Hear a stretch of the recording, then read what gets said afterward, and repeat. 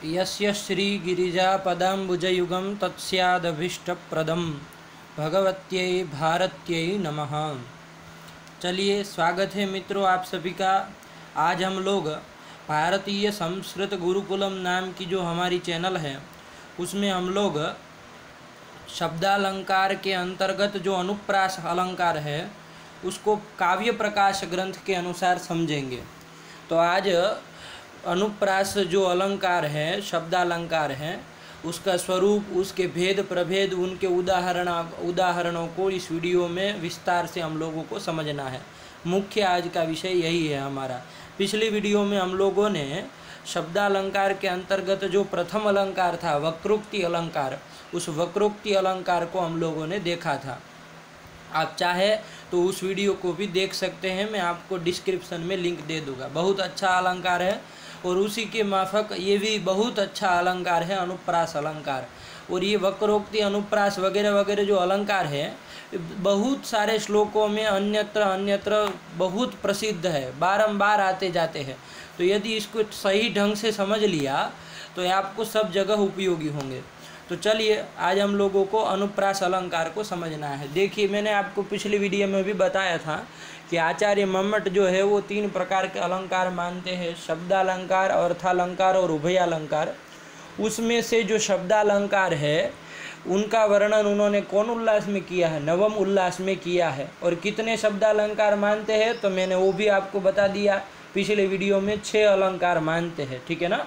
वामन आदि आचार्य केवल 2 ही मान रहे थे, अनुप्रास और यमक, लेकिन इन्होंने उसमें जोड़ दिया, 4 और जोड़ दिए। अनुप्रास यमक तो ये भी मानते हैं, उसके अतिरिक्त वक्रोक्ति, श्लेष, चित्र और पुनरुक्ति वदाभास है ना। मैंने कारिका भी आपको पूर्व उसमें बता दी थी, पूर्व वीडियो में। तो चलिए, आप लोगों को पता है कि शब्दालंकारों का निरूपण कौन उल्लास में किया है? नवम उल्लास में किया है। और कितने शब्दालंकार आचार्य मम्मट ने माने हैं? तो 6 अलंकार माने हैं, ठीक है। 6 शब्दालंकार माने हैं। तो उसमें सबसे प्रथम निरूपण किया था वक्रोक्ति अलंकार, जो हम लोगों ने बढ़िया से समझ लिया है। और उसके बाद नंबर 2 का अलंकार आया अनुप्रास अलंकार। तो इसको हमको समझना है। तो देखिए, हम लोग ग्रंथ में प्रवेश करते हैं अलंकार को, अनुप्रास शब्दालंकार को समझने के लिए अभी काव्य प्रकाश के नवम उल्लास में चलेंगे, वहाँ जाकर ही पढ़ेंगे। लेकिन उसके पहले आप थोड़ा सा ध्यान दे दीजिए, है ना, इसके भेद प्रभेद के विषय में, क्योंकि वरना आप घूम जाएंगे। क्या है, मैं आपको वस्तु स्थिति बता दे रहा हूँ इस वीडियो की कि भाई अनुप्रास अलंकार जो है उसका स्वरूप क्या है वो सब आएगा। लेकिन फिलहाल केवल चूँकि आप घूम न जाए ग्रंथ में, इसलिए मैं आपको पहले भेद बता दे रहा हूँ। भेद को समझ लीजिए। ये अनुप्रास अलंकार जो है वो 2 प्रकार का होता है, ध्यान दीजिएगा। अनुप्रास अलंकार 2 प्रकार का है। आप संक्षेप में लिखना चाहे तो लिख भी सकते हैं। अनुप्रास अलंकार 2 प्रकार का होता है। उसमें से एक पहला है वर्णानुप्रास और दूसरा है पदानुप्रास। तो वर्णानुप्रास और पदानुप्रास करके जो अनुप्रास अलंकार है वो 2 प्रकार का है, ठीक है। ये बात आपको समझ में आ गई। अनुप्रास अलंकार 2 प्रकार का है, वर्णानुप्रास और पदानुप्रास। इसमें जो वर्णानुप्रास जो पहला भेद है उसका, वो भी 2 प्रकार का है, उसके भी 2 भेद है, ठीक है ना। वो क्या है तो हल्के हल्के में बता दे रहा हूँ। छेकानुप्रास और वृत्त्यनुप्रास, है ना। ये सब समझाऊंगा, इसके उदाहरणों को, इसके स्वरूपों को, सबको हमको समझना है। लेकिन आप लोगों को दिमाग में आ जाए कि हमको कितनी चीज़ें देखनी है तो आपको अच्छा रहेगा, है ना। पूरा वीडियो विषय आपको पता चल जाएगा, हाँ ये चीज़ें हमको आज देखनी है। तो अनुप्रास अलंकार 2 तरह का हो गया, वर्णानुप्रास, पदानुप्रास। उसमें वर्णानुप्रास जो प्रथम भेद है अनुप्रास का, उसके और 2 भेद हो गए, क्या?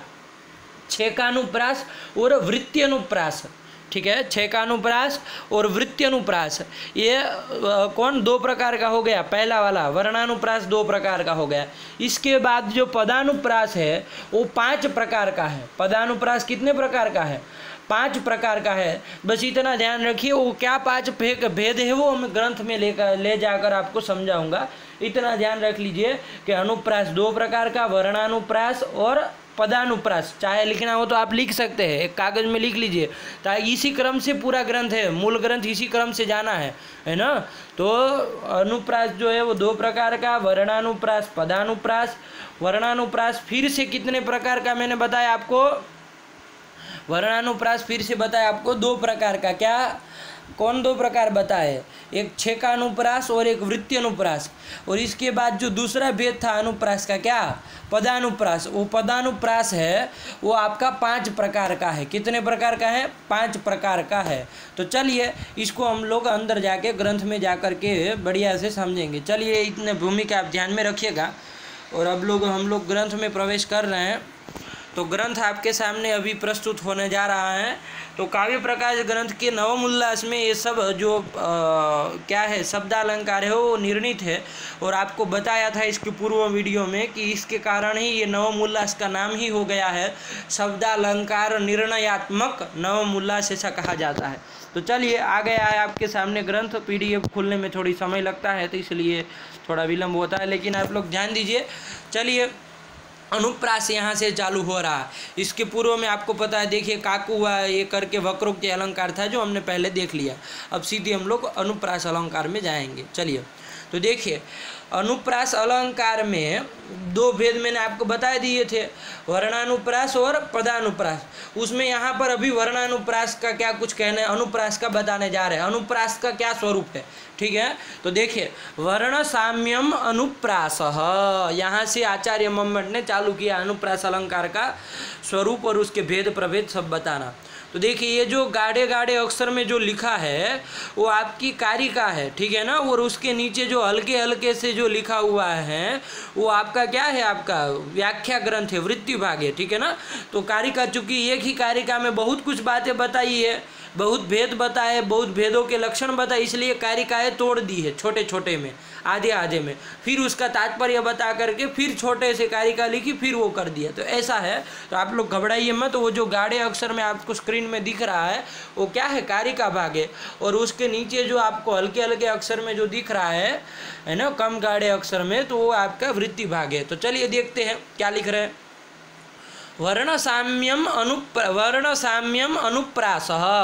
देखिए दूसरी बात मैं आपको बता दूं, इस PDF में बहुत जगह चूँकि कहीं कहीं जगह त्रुटियां हो गई है, तो उस त्रुटियों को मैं बताता जाऊंगा। आप वहाँ जाके अपने कापी में यदि लिखते हैं और आपकी पुस्तक में भी यदि गलत छपा है तो वहाँ पर जाकर भी आप सुधार लीजिएगा। वर्ण साम्यम अनुप्रास, देखिए यहाँ म एक पूरा का पूरा कट गया है स्क्रीन में। वर्ण साम्यम अनुप्रास, म है कि नहीं है पुस्तक में? आपके पास पुस्तक होगा तो उसमें होगा, देखिएगा। तो वर्ण साम्यम अनुप्रास, तो वहाँ म लिख दीजिएगा पूरा का पूरा, ध्यान रखिएगा। तो चलिए हो गया वर्ण साम्यम अनुप्रास। वर्णों की जो साम्यता है ना, वर्णों का जो साम्य है ना, समानता है, वही क्या है, अनुप्रास है। सीधे से आ गया। अनुप्रास किसको कहते हैं? वर्णों की जो समानता है उसको ही क्या कहते हैं, अनुप्रास कहते हैं। देखिए आप लोग बहुत सारे श्लोक देखते हैं तो उसमें क्या होते हैं, वर्ण जो होते एक समान वर्ण बार बार आते हैं कि नहीं आते हैं। तो ये जो वर्णों की समानता है, साम्य है वर्णों का, वही अनुप्रास अलंकार है। लगा कि नहीं लगा? तो ये हो गया। अब देखिए उसकी व्याख्या कर रहे हैं जो आचार्य मम्मट, तो वहाँ पर क्या लिख रहे हैं, स्वर वसादृश्य भी इसमें लिखा है, वहाँ ध्यान रखिए। वह की जगह वही है, उसके ऊपर 2 मात्रा लगानी है। तो स्वर वही सादृश्य भी ऐसा लिखा है, इसमें वह लिख दिया है, गलत छप दिया है, ठीक है ना। तो चलिए मैंने इसीलिए आप यहाँ पर नहीं सुधार के रखा है, क्योंकि बहुत सारे लोगों की पुस्तक में ऐसा ही पाठ होता है, तो उनको भी ध्यान में आए कि हाँ ऐसा पाठ है तो गलत छपा है। बहुत पुस्तकों में मैंने देखा ऐसे ही छपा है, तो ध्यान दीजिएगा, वहाँ वह नहीं है, वही है, तो वही कर दीजिएगा। तो स्वर वही सादृश्येपि व्यंजन सदृशत्वम वर्ण साम्यम अनुप्रास, ये मूल कारिका में कह दिया, ठीक है ना, कि वर्ण की जो साम्य है, समानता है, साम्य है वर्णों का, उसी को अनुप्रास कहते हैं। ये आप लोगों ने समझ लिया। ये वर्ण साम्य क्या है, वर्ण साम्य किसको कहते हैं? तो सामान्य रूप से तो आप समझ गए कि वर्ण साम्य मतलब क्या, कि वर्णों की समानता। लेकिन देखिए वो कुछ वर्ण साम्य का अर्थ आपको आचार्य मम्मट बता रहे हैं अपने वृत्ति भाग में। तो वो क्या कह रहे हैं, उन्होंने कहा कि देखो स्वर यदि समान न हो, है ना, स्वर वर्ण, स्वर और व्यंजन आप समझ रहे हैं। स्वर मतलब क्या, अ आ ई उ ये जो है ये स्वर है, और व्यंजन मतलब क्या, क ख ग घ ङ, ये जो है व्यंजन। ये व्यंजन है, ये ध्यान रखेगा। तो स्वर का वैसादृश्य होने पर भी, मतलब स्वर की असमानता होने पर भी व्यंजन यदि समान हो, है ना, व्यंजन वर्ण समान हो, है ना, स्वर की असमानता होने पर भी, मतलब स्वर जो है अ ई उ ई समान ना हो, लेकिन व्यंजन वर्ण यदि समान हो, सदृश हो, एक तरह के आते हो, तो वहाँ पर क्या होता है, वर्ण साम्य, उसी को वर्ण साम्य कहते हैं। वर्ण की समानता उसी को कहते हैं, ठीक है ना। और वही क्या होता है, अनुप्रास अलंकार होता है। बात समझ में आई।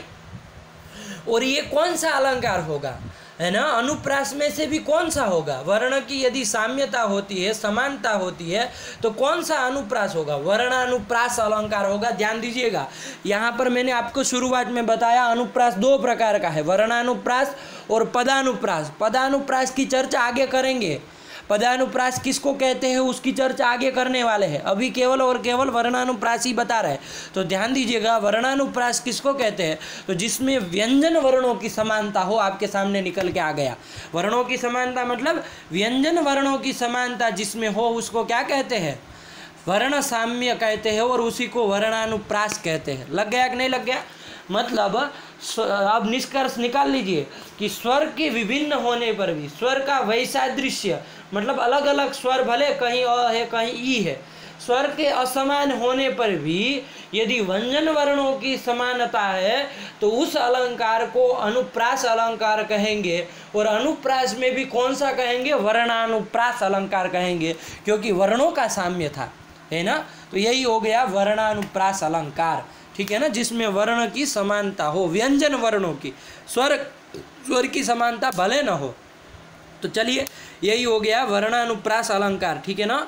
तो चलिए, स्वर वैसादृश्येपि व्यंजन सदृशत्वम वर्ण साम्यम। स्वर के विसादृश्य मतलब भिन्न भिन्न होने पर भी व्यंजन, यहाँ यह है, ध्यान दीजिएगा, इसके पूर्व भी ऐसा था, ये लिख दिया है, यह है। तो व्यंजन सदृशत्वम वर्ण साम्यम, व्यंजन का जो सादृश्य है, व्यंजन वर्णों का जो सादृश्य है, समानता है, उसी को वर्ण साम्य कहते हैं, और उसी को अनुप्रास अलंकार कहते हैं, और अनुप्रास में भी वर्णानुप्रास अलंकार कहते हैं। लग गया, ये कर दिया। इसके बाद दूसरे एक पंक्ति लिखी है व्याख्या में, रसाद्यनुगतः प्रकृष्टो यासो अनुप्रासः, है ना।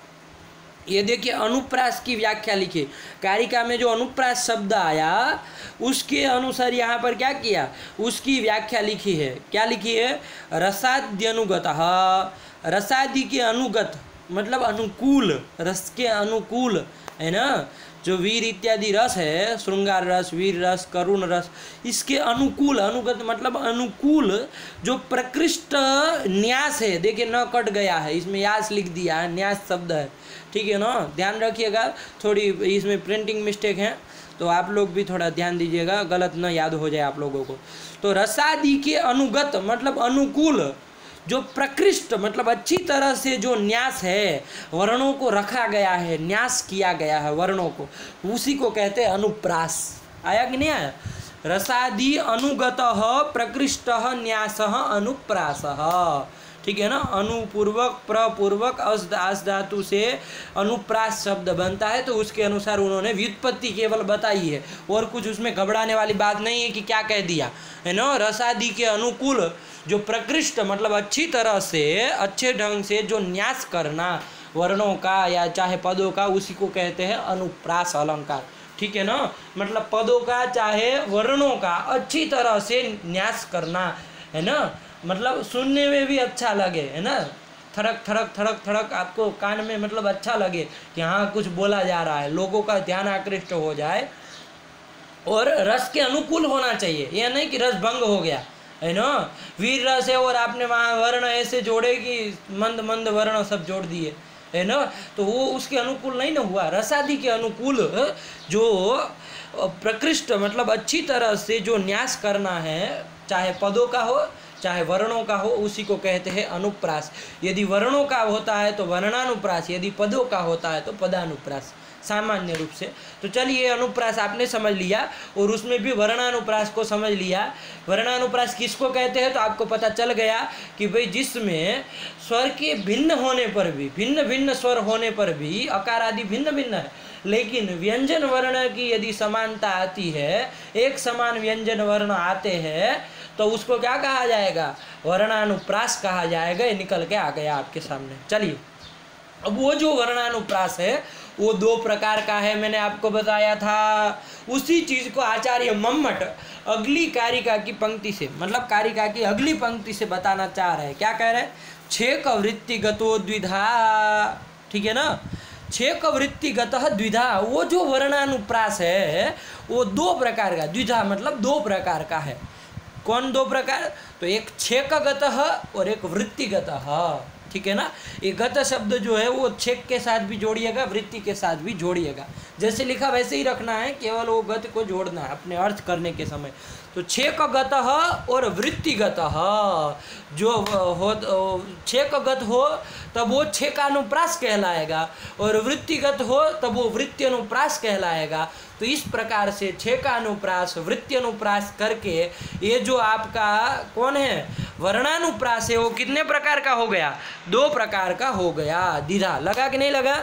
तो इसीलिए मैंने आपको पहले बता दिए थे भेद, क्योंकि यहाँ सीधे आते हैं ना तो लोग घूम जाते हैं कि अरे किसके भेद बता रहे, किसके भेद बता रहे, नहीं समझ में आता है।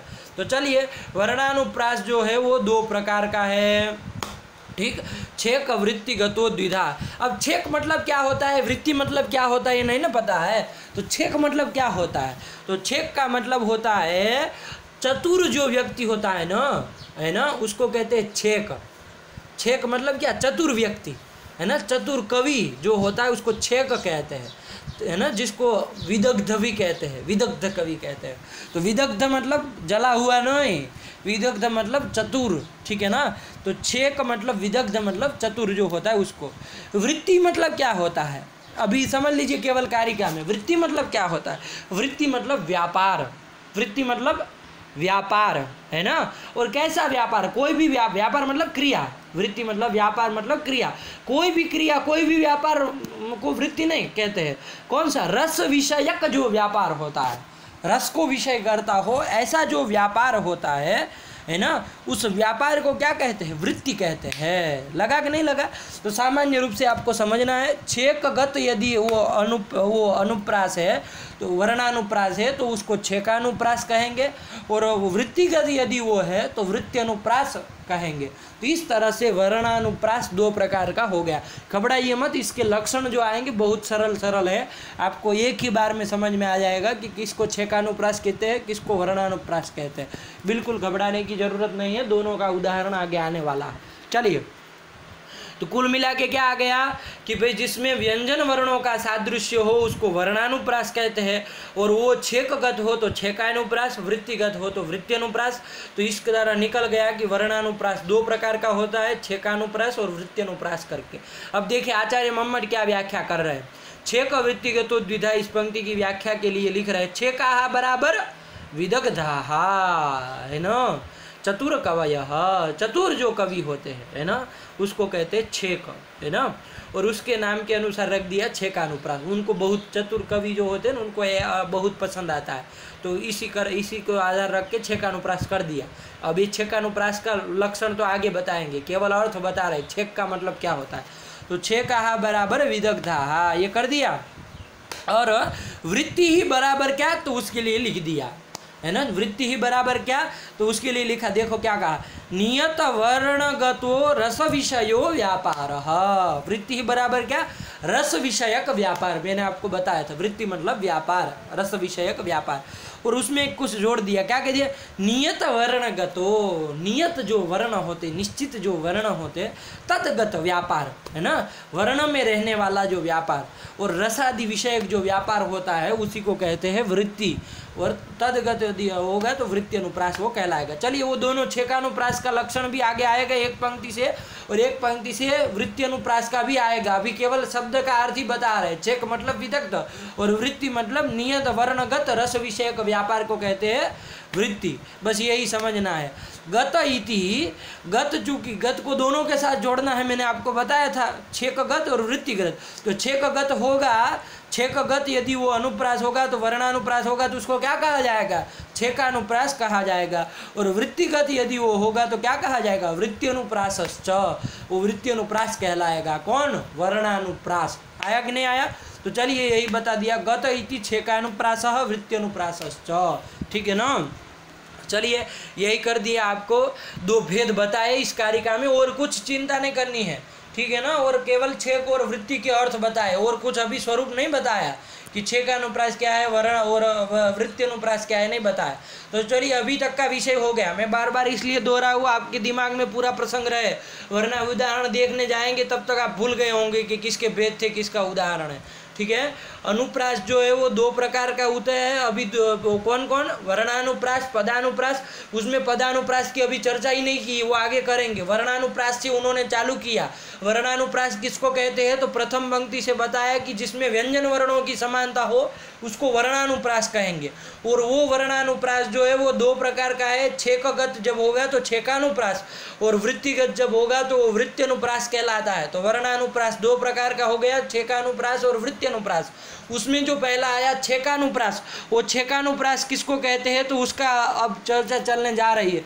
किम एतयोः स्वरूपम, किम तयोः स्वरूपम, मतलब ये जो छेकानुप्रास है और वृत्त्यनुप्रास है उनका स्वरूप क्या है ना? किसको छेकानुप्रास कहते हैं, किसको वृत्त्यनुप्रास कहते हैं? किम तयोः स्वरूपम इति आह, इस बात को अब बताने जा रहे हैं। तो पहले छेकानुप्रास बताएंगे। छेक वृत्तिगतों में पहले छेक था ना, तो इसलिए छेकानुप्रास को बताएंगे कि छेकानुप्रास किसको कहते हैं। बहुत सरल है, देखिएगा, एक उदाहरण और एक स्वरूप, बस इतना ही समझना है।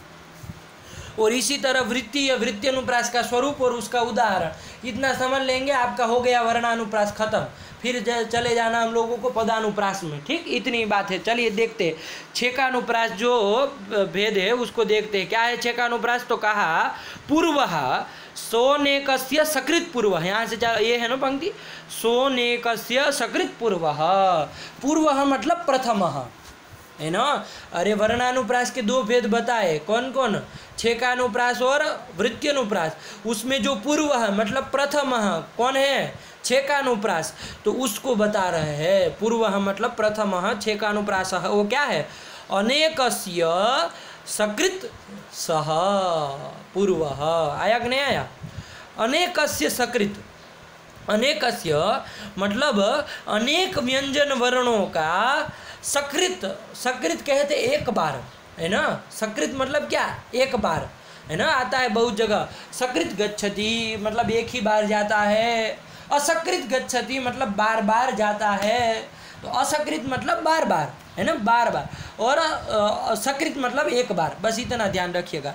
तो चलिए, अनेकस्य मतलब अनेक व्यंजन वर्णस्य, सकृत मतलब एक बार, जो क्या होती है? मतलब आवृत्ति जो होती है, साम्यता होती है ना? साम्य होता है, सदृश सादृश्य होता है, तब वो कौन सा कहलाता है? छेकानुप्रास कहलाता है। लगा कि नहीं लगा? अनेक व्यंजन वर्णों का, है ना, एक ही बार यदि क्या होता है? साम्यता होती है, तो उसको कहते हैं छेकानुप्रास कहते हैं। लगा कि नहीं लगा? देखिए यही व्याख्या वो कर रहे हैं। अनेकस्य अर्थात व्यंजनस्य, अनेक व्यंजनों की, ठीक है ना? अनेक व्यंजनों की सकृत मतलब एक बारम, सादृश्यम छेकानुप्रासः, है ना? अनेक व्यंजनों का सकृत मतलब एक बार जो सादृश्य है उसी को कहते हैं छेकानुप्रास। उदाहरण देखेंगे तो आपको समझ में आ जाएगा कि अनेक व्यंजन वर्ण है, उसका एक ही बार सादृश्य हुआ है, तो इसलिए उसको छेकानुप्रास कहा जाएगा। उदाहरण हम करके उदाहरण दे रहे हैं, देखिए क्या कह रहे हैं। ततो अरुण परिस्पंद मंदीकृत वपुः शशि दध्रे काम परीक्षाम कामिनी गंड पांडुताम। ठीक है ना? अब इसका अर्थ तो हम बाद में देखेंगे, हमें अर्थ में अभी नहीं जाना, हमको देखना है छेकानुप्रास इसमें है क्या है कि नहीं है। तो देखिए छेकानुप्रास किसको कहते हैं? अनेक व्यंजनों का एक ही बार क्या होता हो? सादृश्य होता हो, तो वहाँ पर क्या होता है? छेकानुप्रास होता है। देखिए ततः लिखा है कि नहीं लिखा है? तो तकार जो ये क्या है, व्यंजन वर्ण है कि नहीं है? तो उसका क्या हुआ, एक ही बार क्या हुआ है, सादृश्य हुआ है, ततः त हुआ कि नहीं हुआ? तो एक ही बार क्या हुआ, अब आगे त नहीं आएगा, ऐसे सादृश्य नहीं बनेगा। तो क्या हुआ यहाँ पर, ये क्या हुआ है, वो छः का अनुप्रास हुआ। और अनेक व्यंजनों का होना चाहिए, अभी केवल मैंने त का ही बताया, और भी व्यंजनों का है। देखिए आगे, अरुण परिस्पंद मंदी, देखिए मन स्पंद में भी न और द है कि नहीं है? स्पंद में क्या है, न द, और आगे मंदी में न द है कि नहीं है? अरे देखो, हमको यहाँ पर स्वर वर्ण समान है कि नहीं है, नहीं देखना है, केवल और केवल व्यंजन वर्णों का ही देखना है ना? तो न द समान हुए कि नहीं हुए? तो एक ही बार हुआ, सकृत साम्यता सादृश्य हुआ है कि नहीं हुआ है? सकृत मतलब एक बार ही व्यंजन वर्णों का क्या सादृश्य हो रहा है, तो छः का अनुप्रास है। और अनेक व्यंजनों का हो रहा है। देखिए पहले त का दिखाया, अभी मैंने न और द का दिखाया, स्पंद में न द और मंद में न द, है ना? तो ये हो गया। फिर शशि श हुआ कि नहीं हुआ? तो ये भी व्यंजन वर्ण है, तो उनका भी क्या हुआ, सादृश्य हुआ। फिर आगे दूसरी पंक्ति में देखिए, अंतिम में गंड पांडुताम, गंड में न और ड, ण आधा और ड, तो ण ड, और पांडु में ण ड है कि नहीं है? तो ण ड, तो ये क्या, अनेक व्यंजनों का, पहले त, फिर न द, फिर श, फिर ण ड, ये अनेक व्यंजनों का क्या हो रहा है, सकृत मतलब एक ही बार क्या हो रहा है, सादृश्य हो रहा है। इसी को कहते हैं छः का अनुप्रास। तो ये श्लोक में कौन सा अलंकार है? छः का अनुप्रास अलंकार है। लगा कि नहीं लगा? अनुप्रास अलंकार है, ये तो आपको समझ में आया। अनुप्रास में कौन सा है? तो वर्णानुप्रास है। देखिए इसमें पदों का अनुप्रास नहीं है, पद नहीं मिल रहा है, केवल वर्णों की साम्यता है ना? तो वर्णानुप्रास है। अब वर्णानुप्रास में कौन सा अनुप्रास है? छः का अनुप्रास है कि वृत्ति अनुप्रास है? तो कौन सा है? चूंकि अनेक व्यंजनों का क्या हो रहा है, सकृत मतलब एक एक बार क्या हो रहा है, सादृश्य हो रहा है, इसलिए ये छः का अनुप्रास है। लगा कि नहीं लगा? तो अनुप्रास के अंतर्गत कौन सा? वर्णानुप्रास, और वर्णानुप्रास के अंतर्गत कौन सा हुआ? छः का अनुप्रास हो गया। लगा कि नहीं लगा? तो यही छः का अनुप्रास है। आप लोग अपनी कॉपी में हिंदी में लिखना हो तो भी लिख सकते हैं। छः का अनुप्रास मतलब क्या? तो अनेक व्यंजन वर्णों का, अभी ध्यान दे दीजिए बस, केवल अनेक व्यंजन वर्णों का एक ही बार जो सादृश्य होता है उसी को कहते हैं छः का अनुप्रास। लगा? अब हम केवल आपको श्लोक का अर्थ बता दें। देखिए ये अलंकार जो सही है, इसमें अर्थ देखने की कोई ज़रूरत नहीं है, लेकिन मैं हल्के हल्के से बता देता हूँ ताकि आपको यदि श्लोक याद करना हो, आवृत्ति यदि करनी हो तो आपको भी आनंद आए, है ना? आवृत्ति करने के समय आपको भी, चूँकि अर्थ समझेंगे तो आनंद आएगा ना वो श्लोक को बोलने में, इसलिए बता देता हूँ, हल्के हल्के से बताऊँगा। अब एक एक चीज़ इसमें ज़रूरत नहीं है, क्योंकि मुख्य चीज़ जो इस श्लोक में बतानी थी छः का अनुप्रास, वो तो बिना अर्थ के ही समझ में आ गया। ठीक है ना? तो चलिए देखिए क्या कहते हैं। ततः देखिए इस श्लोक में क्या किया है, प्रभात काल का वर्णन किया है, प्रातः काल का वर्णन इसमें हुआ है। ये श्लोक कोई लोग कहते हैं महाभारत का है, लेकिन बहुत विवाद है, हम उसको जाना नहीं है महाभारत का है कि नहीं है। उसमें प्रभात काल का वर्णन हुआ, ये बात आपको समझिए। ठीक है ना? क्या कह रहे हैं देखिए, और ततः मतलब सूर्योदय हो जाने के बाद अरुण परिस्पंद, अरुण किसको कहते हैं? अरुण सूर्य का सारथी है ना, सूर्य का सारथी है, जिसको अनुरूकी भी कहा जाता है, अरुण भी कहा जाता है। ठीक है ना? तो चलिए आप लोगों को पता होगा। तो अरुण जो ये क्या है, सूर्य का सारथी है, उसके परिस्पंद से, है ना, उसके परिस्पंद से, उसके थोड़े चलने से, उसके आने से, आगमन से मंदीकृत वपु, मंद हो गया है वपु जिसका, है ना, किसका? अरे शशि मतलब चंद्रमा का। आया कि नहीं आया? अरुण के परिस्पंदन से मंदीकृत वपुः यस्य, मंदीकृत मतलब मंद हो गया है ना, दुबला पड़ गया। मंदीकृत वपुः शशि ही, मंदीकृत हो गया है वपु मतलब शरीर जिसका, ऐसा कौन? चंद्रमा। आप प्रातः काल में चंद्रमा को देखिएगा, हल्का हल्का सफ़ेद दिखेगा, उसका शरीर क्या हो जाता है? मंद हो जाता है। रात को देखेंगे तो बहुत चमक दिखती है, लेकिन सुबह सुबह देखेंगे तो केवल वो सफ़ेद एक बस केवल गोला सा दिखता है, और कोई उसमें नावीन्य नहीं होता है। तो चलिए यही वो कह रहा है। कि वो शशि जो है वो ततः मतलब सूर्योदयाद अनंतरम, ततः मतलब अनंतर, किसके अनंतर, तो सूर्योदय के अनंतर वो क्या हो जाए, प्रातः काल में सूर्योदय के अनंतर अरुण परिस्पंद मतलब अरुण के परिस्पंद के कारण मंदीकृत हो गया है वपु जिसका, मंद हो गया वपु जिसका, ऐसा शशि है, ऐसा वर्णन किया उन्होंने प्रातः काल में। ठीक हुआ। और वो शशि अब कैसा दिख रहा है, शशि कैसा हो जा रहा है, तो वही चीज़ दूसरी पंक्ति में कह रहा है, काम परीक्षाम कामिनी गंड पांडुताम दधरे, ये कह रहा है। ठीक है ना, दधरे धारण करता है, क्या धारण करता है, तो काम परीक्षाम कामिनी गंड पांडुताम दधरे धारण करता है। कौन, शशि, शशि जो है वो ऐसा धारण कर लेता है। सुबह क्या धारण करता है, समझिए, काम के कारण परीक्षाम, परीक्षाम मतलब थक गई है, कौन, कामिनी, ठीक है ना, काम उपभोग करने के कारण परीक्षाम मतलब थक गई है, परिश्रांत हो गई, परीक्षाम हो गई है जो कामिनी, उस कामिनी का जो गंड, गंड मतलब उसका जो कपोल भाग वो जैसे पांडुर रंग वाला मतलब सफ़ेद हो जाता है ना, तो उसी तरह उसी पांडुता को उसने धारण किया है। वैसी ही पांडुता को मतलब श्वेत वर्णों को उसने क्या किया है, उस चंद्रमा ने धारण किया है। और वो चंद्रमा कैसा हो गया है, तो सूर्य का सारथी जो अरुण है उसके परिस्पंद के कारण उसका शरीर मंद पड़ गया है ना, और सफ़ेद रंग को धारण कर लिया है। कैसी वो श्वेत वर्ण कैसा है, वो पांडुता किसकी पांडुता को धारण कर लिया, तो जिस तरह से काम मतलब उपभोग के कारण परीक्षा मतलब थक गई जो कामिनी है, नारी है, उसके गंड मतलब कपोल भागों में जो पांडुता होती है, श्वेत वर्ण होता है, उसको धारण कर लिया। ऐसी ही पांडुता उसने धारण कर ली है, यही बात को बता रहा है। चलिए अर्थ आपको समझ में आ गया होगा, वो शशि का और प्रातः काल का इसमें वर्णन है। तो यह 6 का अनुप्रास होता है, क्यों होता है ना, क्यों होता है, क्योंकि अनेक व्यंजन वर्णों का एक ही बार क्या है, आवृत्ति सादृश्य हुआ है, साम्यता हुई है, इसलिए यहाँ 6 का अनुप्रास है। तो यही आपको समझ में आ गया। और अब वर्णानुप्रास का दूसरा भेद क्या था, वृत्त्यनुप्रास था। वो वृत्त्यनुप्रास की चर्चा आगे करने जा रहे हैं, ठीक है ना। वृत्त्यनुप्रास किसको कहते हैं, तो देखिए लिख रहा है, क्या लिख रहा है, आधी पंक्ति से, एकस्यापि असकृत परः, परः, परः मतलब द्वितीय, पहले पूर्वः था मतलब प्रथम, परः मतलब द्वितीय। तो पहले 6 का अनुप्रास का वर्णन किया, अब परः मतलब द्वितीय जो कौन है, वृत्त्यनुप्रास, उसका वर्णन कर रहा है।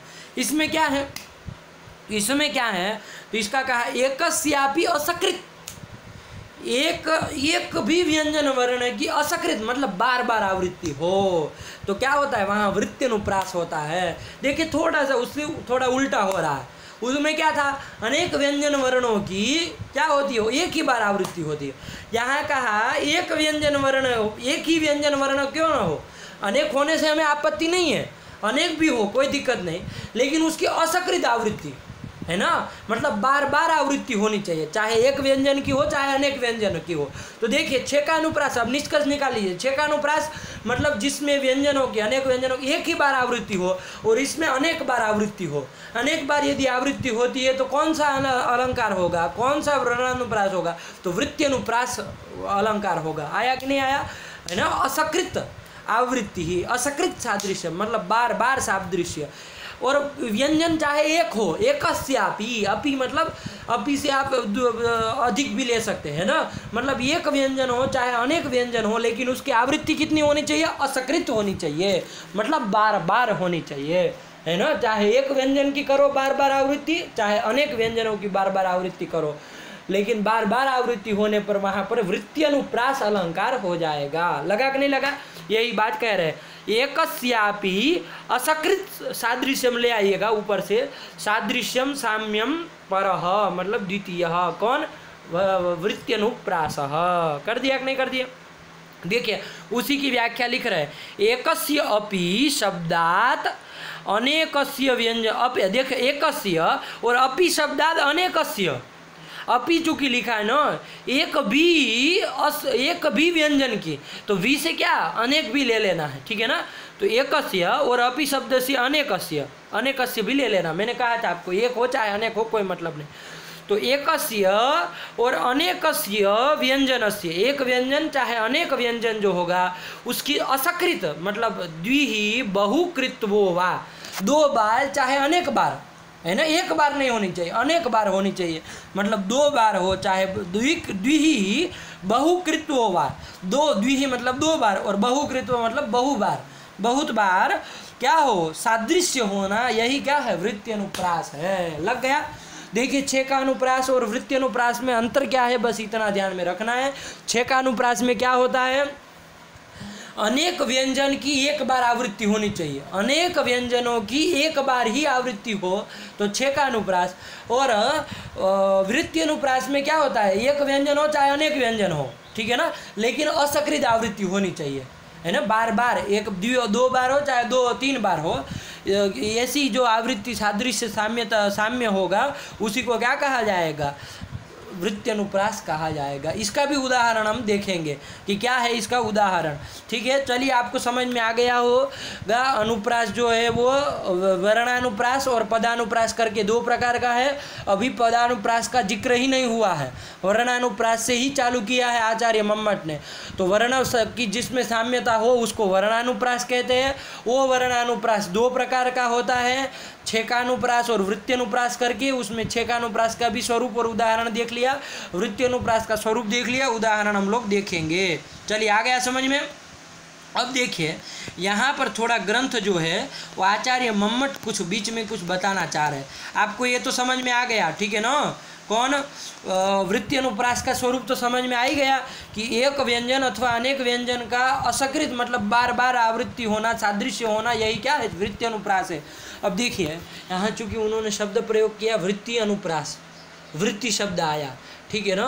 तो वृत्ति की चूंकि चर्चा छिड़ गए तो इसलिए यहाँ उन्होंने बीच में 1-2 कारिका में, एक कारिका में वृत्ति की चर्चा उन्होंने साथ ही साथ में कर दी, ठीक है ना। आगे जो वो चर्चा माधुर्य इत्यादि के द्वारा करने जा रहे हैं कारिका के द्वारा, उसमें क्या किया उन्होंने, चूंकि वृत्ति अनुप्रास इसको नाम दिया ना, तो वृत्तिगत कहा था। तो वृत्ति शब्द का अर्थ चूंकि व्यापार होता है तो उसकी वृत्ति के विषय में थोड़ी चर्चा उन्होंने छेड़ दी। और इसमें से बहुत प्रश्न आते हैं, ध्यान दीजिएगा, इसमें से बहुत प्रश्न आते हैं। वृत्ति के विषय में उन्होंने यहाँ चर्चा की है। उदाहरण, ये वृत्ति अनुप्रास का उदाहरण आगे देने जा रहे हैं। अपसारय घनसारम, जो आगे आपको स्क्रीन में दिख रहा है ना, 357 का जो उदाहरण है अपसारय घनसारम करके, वो वृत्ति अनुप्रास का उदाहरण है। तो वृत्ति अनुप्रास का स्वरूप तो बता दिया, अब उसका उदाहरण जो आगे बहुत आने वाला है उसके बीच में ये जो लिख रहा है वो वृत्ति के विषय में चर्चा कर रहे हैं। इसका प्रसंग जरूर समझिएगा, इसमें से ही चूँकि प्रश्न पूछता है, ठीक है ना। तो देखिए हल्के हल्के से हम समझ लेंगे, वृत्ति अनुप्रास का उदाहरण तक हम जो बीच में जो चीज़ आ रही है उसको हल्के हल्के से समझ लेते हैं। तो देखिए वृत्ति ये शब्द को समझिए। वृत्ति जो है ना, अभी आपको लिखने का यहाँ पर काम आ रहा है, बहुत चीज़ें आएगी, आप लिख सकते हो उसको लिखना चाहे तो, क्योंकि परीक्षा में आपको बहुत उपयोगी होगी। वृत्ति जो है, बहुत लोगों ने वृत्ति जो है उसके लिए अलग अलग शब्द प्रयोग किए हैं। जैसे आचार्य मम्मट ने वृत्ति कहा है, तो आचार्य मम्मट ने जैसे 3 वृत्तियाँ मानी है, मुख्य रूप से क्या 3 वृत्तियाँ मानी है। कौन कौन 3 वृत्तियाँ, तो लिख लीजिए पहले आप, क्या क्या है।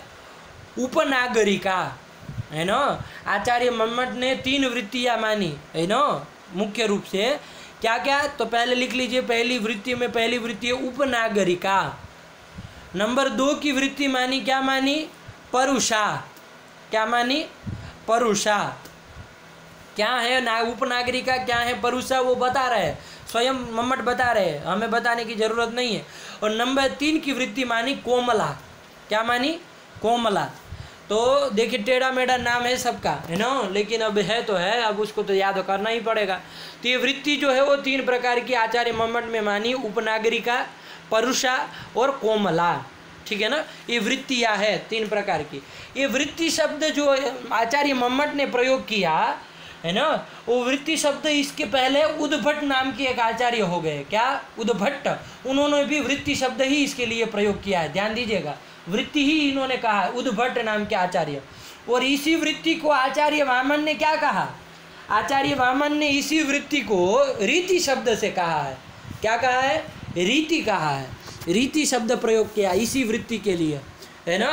और आनंदवर्धनाचार्य जो है, मैं आपको परीक्षा में काम आए इसके लिए बता दे रहा हूँ कि आचार्य जो आनंदवर्धनाचार्य है उन्होंने इसी वृत्ति के लिए संघटना शब्द का प्रयोग किया। क्या किया? संघटना शब्द का प्रयोग किया। और इसी वृत्ति के लिए आचार्य कुंतक और दंडी दोनों ने, कुंतक और दंडी दोनों ने मार्ग शब्द का प्रयोग किया। क्या किया? मार्ग शब्द का प्रयोग किया। तो आप लोगों को समझ में आ गया होगा, वृत्ति, रीति, मार्ग, संघटना, ये सब शब्द क्या है? प्रायः पर्याय है, सब समान ही है, कोई अंतर ज़्यादा नहीं है इसमें, ठीक है ना। तो आचार्य मम्मट ने वृत्ति कहा, ये आपको ध्यान में होना चाहिए, है ना। वो 3 प्रकार की है। क्या है? तो उपनागरिका और परुषा और कोमला, ये 3 प्रकार की है। अब उपनागरिका वृत्ति किसको कहते हैं और परुषा वृत्ति किसको कहते हैं और कोमला वृत्ति किसको कहते हैं, उसको हमको समझना है, ठीक है। ध्यान से समझिएगा, एक एक पंक्ति ही है सबके लिए और कुछ नहीं है, इसको समझ लीजिए। वृत्ति की चर्चा बीच में छिड़ गई, वृत्ति अनुप्रास में चूंकि वृत्ति शब्द आया था इसलिए वृत्ति की बात आ गई। अभी वृत्ति अनुप्रास से हमें कोई लेना देना नहीं है, वृत्ति शब्द को ही समझना है। देखिए क्या कह रहे हैं, माधुर्य व्यंजकैर्वर्णै उपनागरिका उच्यते। उपनागरिका उच्यते, कब उपनागरिका होती है ना, उपनागरिका वृत्ति कब होती है? तो माधुर्य व्यंजकैः वर्णैः यदा साम्यम भवति, साम्यम ले आना अध्यार करके, ठीक है ना, कि माधुर्य व्यंजक वर्ण, माधुर्य का जो व्यंजन करते हो ऐसे जो वर्ण, ऐसे वर्णों का यदि सादृश्य होता है तो उसको कैसा क्या कहते हैं? उपनागरिका वृत्ति कहते हैं। आया कि नहीं आया? माधुर्य व्यंजक जो वर्ण होते हैं, माधुर्य का व्यंजन करने वाले जो वर्ण होते हैं, व्यंजन वर्ण होते हैं, उन उससे युक्त है ना, उससे मिलित जो वो काव्य होगा वहाँ पर क्या माना जाता है? उपनागरिका वृत्ति मानी जाती है। यही कह दिया, ठीक है ना। बस एक पंक्ति है, सरल है, इसमें ज़्यादा डिटेल में जाने की जरूरत नहीं है। और इसका उदाहरण, ये जो उपनागरिका है ना, उसका उदाहरण उन्होंने कहाँ पर संभवतः सप्तम उल्लास में कर दिया है, ठीक है ना। जहाँ पर माधुर्य इत्यादि का वर्णन किया है, गुणों का वर्णन किया, वहाँ पर इसका उदाहरण बता दिया। तो वहाँ अभी हमको जाने की ज़रूरत नहीं है, फिलहाल उसकी उपयोगिता भी नहीं है, केवल समझ के रखे। फिर उसके बाद परुषा जो वृत्ति है उसका उदाहरण दे रहे हैं। क्या है परुषा वृत्ति? तो ओजः प्रकाशकैः तैः तु परुषा भवति, कि ओज जो होता है ना, ओज, उसके प्रकाशक जो वर्ण होते हैं, व्यंजन वर्ण होते हैं, और उससे युक्त जो होता है वहाँ पर क्या होती है? परुषा वृत्ति होती है। तो देखिए, माधुर्य का प्रकाशक व्यंजक यदि वर्ण हो तो वहाँ पर क्या? उपनागरिका। और ओज का प्रकाशक यदि व्यंजक कोई वर्ण हो तो वहाँ पर क्या होती है? परुषा होती है। और ये दोनों से भिन्न, ये दोनों से, ना तो माधुर्य के व्यंजक वर्ण हो और ना तो ओज के प्रकाशक वर्ण हो, अपितु अन्य ही वर्ण हो, ऐसे वर्णों का से युक्त होती है तो वहाँ पर कोमला होती है, ठीक है ना। परई ही कोमला, परई ही मतलब शेष ही, मतलब उपरोक्त जो 2 तरह के वर्ण का है, पहले में कहा था क्या? माधुर्य के व्यंजक, और दूसरे में कहा था ओज के व्यंजक। उससे अतिरिक्त शेष जो भी वर्ण होंगे उसमें क्या होती है? कोमला वृत्ति होती है। ये 3 प्रकार की आपको वृत्ति बीच में आपको बता दी आचार्य मम्मट ने, माधुर्य, वो उपनागरिका, परुषा और कोमला, ठीक है ना। तो चलिए ये समझ में आ गया आप लोगों को। और बीच में एक पंक्ति लिखी है, परुषा के बाद क्या लिखी है?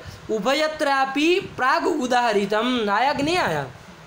देखिए ध्यान दीजिएगा, माधुर्य व्यंजकैर्वर्णैः उपनागरिकोच्यते ओजः प्रकाशकैः तैः तु परुषा। उसके बाद एकारिका के बाद वहाँ उभयत्रापि प्रागुदाहरितम, वृत्ति भाग में कहा, व्याख्यान में क्या लिखा? उभयत्रापि प्रागुदाहरितम। ये दोनों प्रागुदाहरितम, ये दोनों के उदाहरण पहले हम दे चुके हैं, मैंने बताया था, है ना। ये उपनागरिका और ये जो है परुषा, ये दोनों का उदाहरण पहले दे चुके हैं, जहाँ पर माधुर्य गुण का और ओज गुण का वर्णन किया वहाँ पर। अब यहाँ पर कोमला में आ रहे हैं, आ गया कि नहीं आ गया? तो चलिए, वृत्ति 3 प्रकार की है, ये बात आप ध्यान दीजिएगा। इसको वर्णानुप्रास में कोई लेना देना नहीं है, इसके भेदों में मत घुसा दीजिएगा कि उपनागरिका करके वृत्ति अनुप्रास 3 प्रकार के, ये सब नहीं करना है। अनुप्रास का जो वर्णानुप्रास पहला है उसका 2 ही भेद, 6 का अनुप्रास, वृत्ति अनुप्रास। उसमें चूंकि वृत्ति शब्द वृत्ति अनुप्रास में आ रहा था, वृत्ति शब्द, इसलिए वहाँ वृत्ति 3 प्रकार की होती है, वो बता दिया। अलग सी बात समझ के रखिएगा, ठीक है ना, इसमें घालमेल मत करिएगा वरना गड़बड़ हो जाएगी। चलिए आइए, तो वृत्ति अनुप्रास में ये कोमला परैही कर दिया यहाँ तक।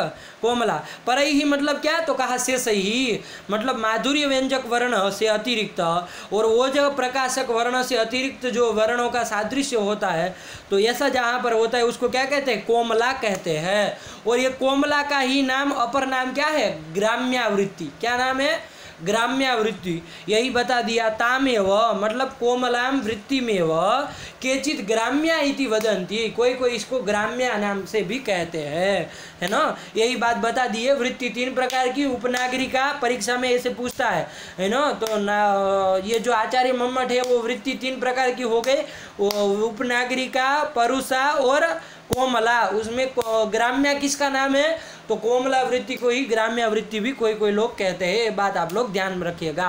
तो चलिए यहाँ तक हो गया, ठीक है ना।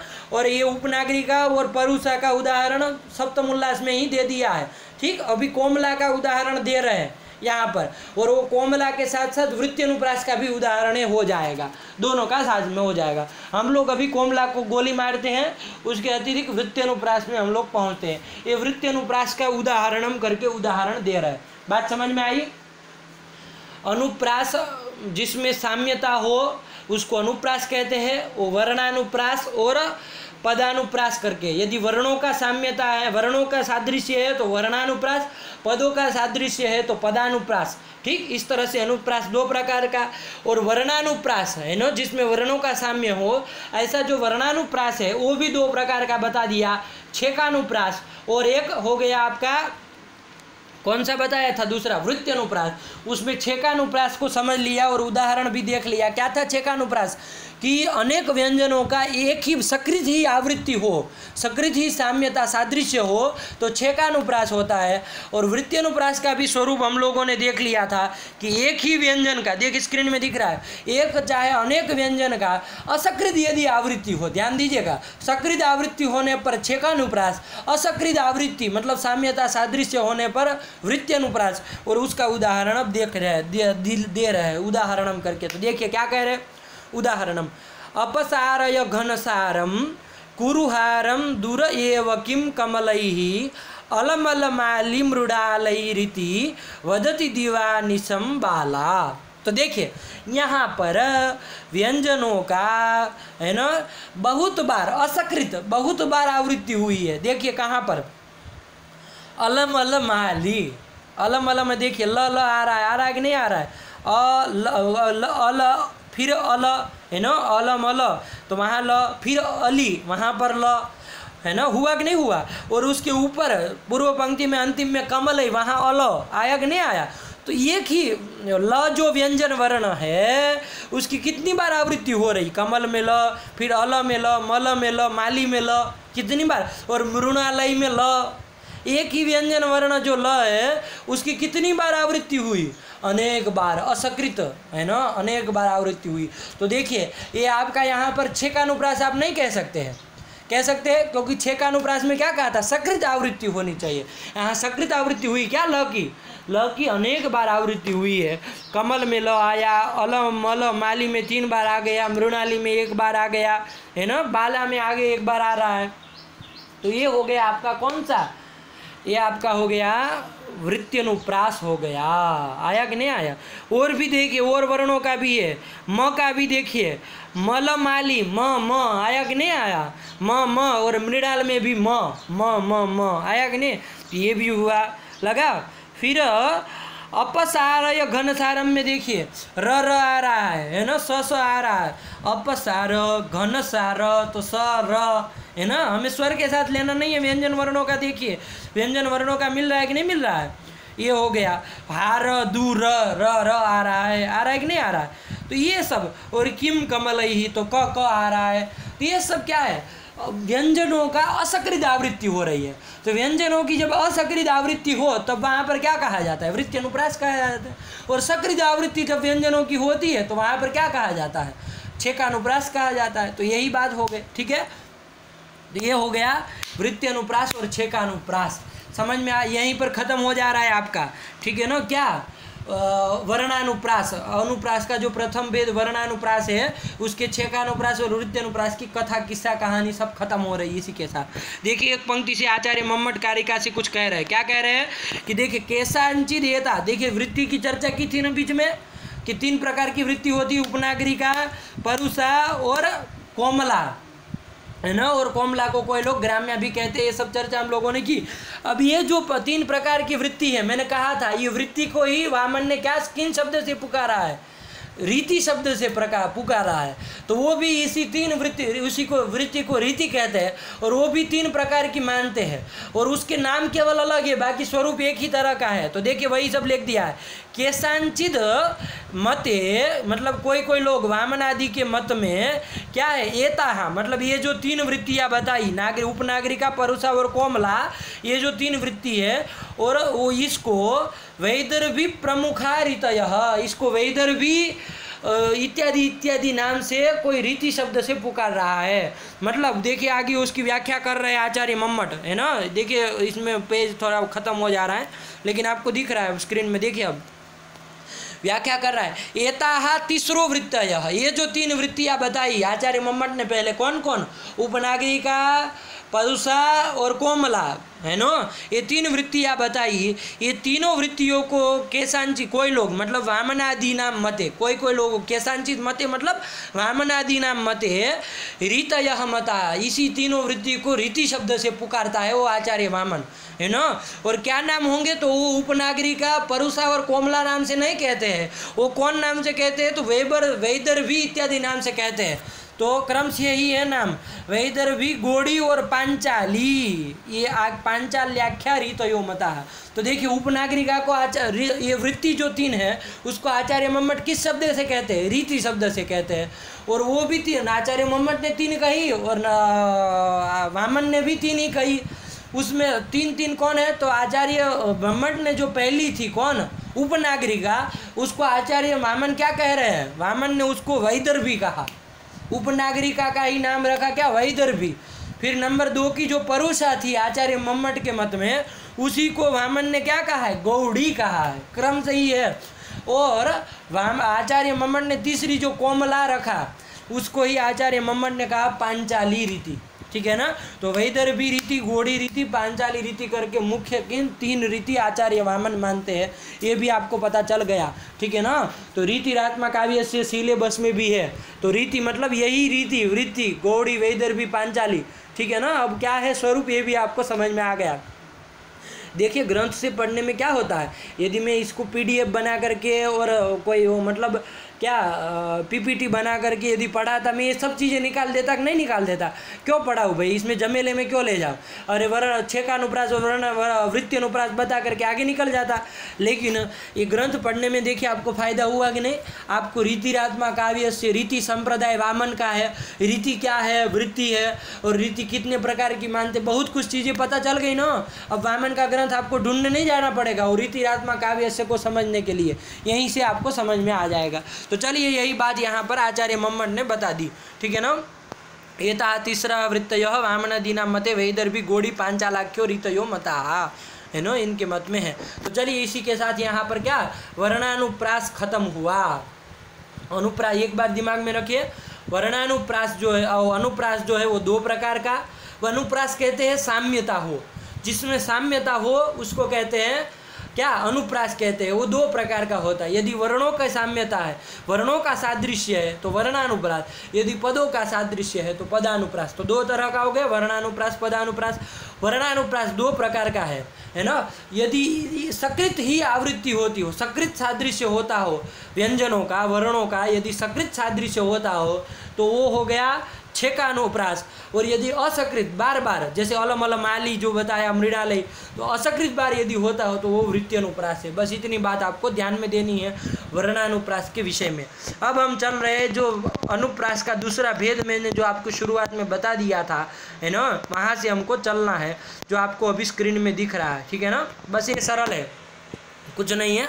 अब बीच में दूसरी बातें नहीं आएगी। देखिए ये जो है अनुप्रास का दूसरा भेद, जिसको कहते हैं क्या, पदानुप्रास, उसका लक्षण अब बताने जा रहे हैं, उसका स्वरूप बताने जा रहे हैं। शाब्दस्तु लाटानुप्रासो भेदे तात्पर्य मात्रतः, ये बताया। ठीक है ना। देखिए क्या कह रहे हैं, शाब्द क्या होता है वो, शाब्द अनुप्रास का दूसरा भेद पदानुप्रास बताया ना, तो क्या होता है, शाब्द मतलब शब्दगत होता है।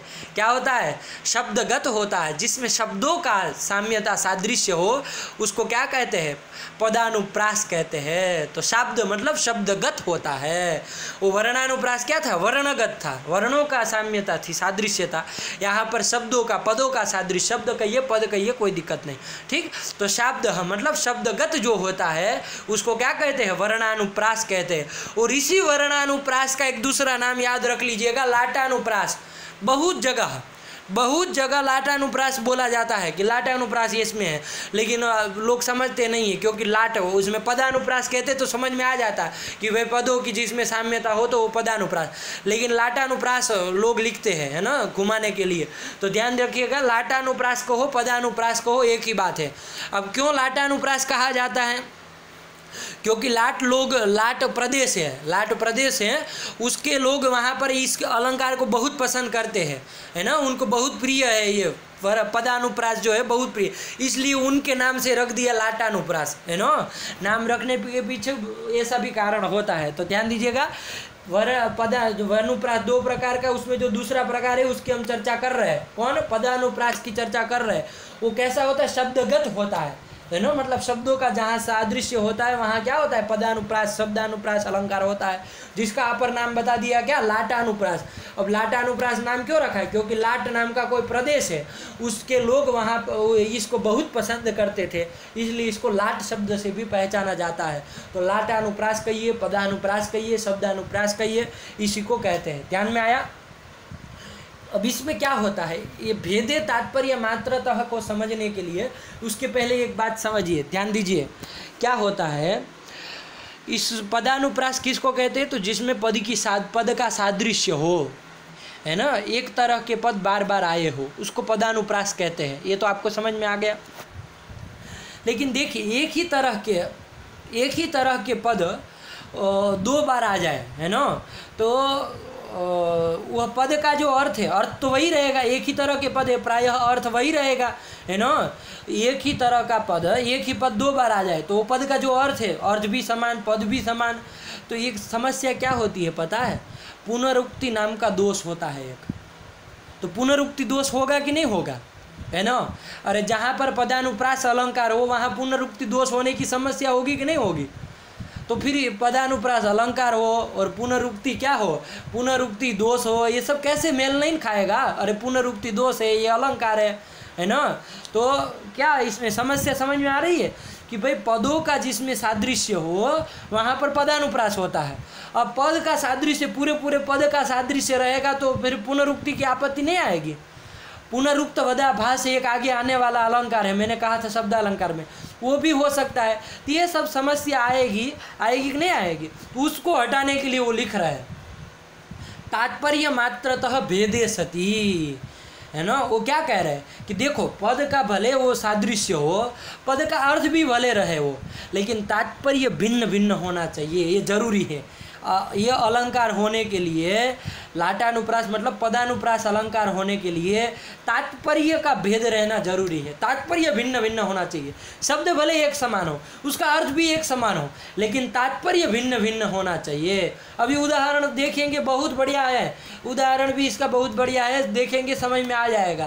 कहने का तात्पर्य क्या है, पद का जिसमें सादृश्य हो, शब्दों का सादृश्य हो, उसको पदानुप्रास कहते हैं, उसी का अपर नाम लाटानुप्रास कह दिया। लेकिन इसमें जरूरी क्या है, तात्पर्य का भेद होना चाहिए। पद का सादृश्य होगा मतलब अनुपूर्वी समान रहनी, स्पेलिंग उसका समान रहेगा, पद का सादृश्य उसका अर्थ भी समान ही रहेगा प्रायः, लेकिन तात्पर्य भिन्न होना चाहिए। तभी क्या होगा यहाँ पर, तभी क्या होगा, लाटानुप्रास होगा, पदानुप्रास होगा। आगे नहीं आ गया। और ये 5 प्रकार का होता है, ये भी आपको पता है, मैंने शुरुआत में ही बता दिया था। पदानुप्रास 5 प्रकार का है, वो कौन है और उसके क्या उदाहरण है, ये सब समझा दूंगा। बहुत सरल है, बहुत अच्छा है, समझिएगा, काम आएगा आपको। देखिए क्या कह रहे हैं। अब वो ये जो कारिका लिखी शाब्दस्तु, ये समझ में आ गया ना। शाब्द मतलब शब्दगतः कौन होता है, लाटानुप्रास होता है, मतलब पदानुप्रास होता है। और कब होता है, तात्पर्य मात्रतः भेदे सति, तात्पर्य का भेद रहने पर ही होता है, ये बता दिया।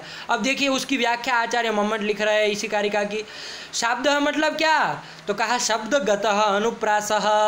शब्द मतलब क्या, शब्दगतः अनुप्रास, शब्दगत जो अनुप्रास हो उसको कहते हैं शब्द, उसी को कहते हैं पदानुप्रास, उसी को कहते हैं लाटानुप्रास। ठीक हुआ।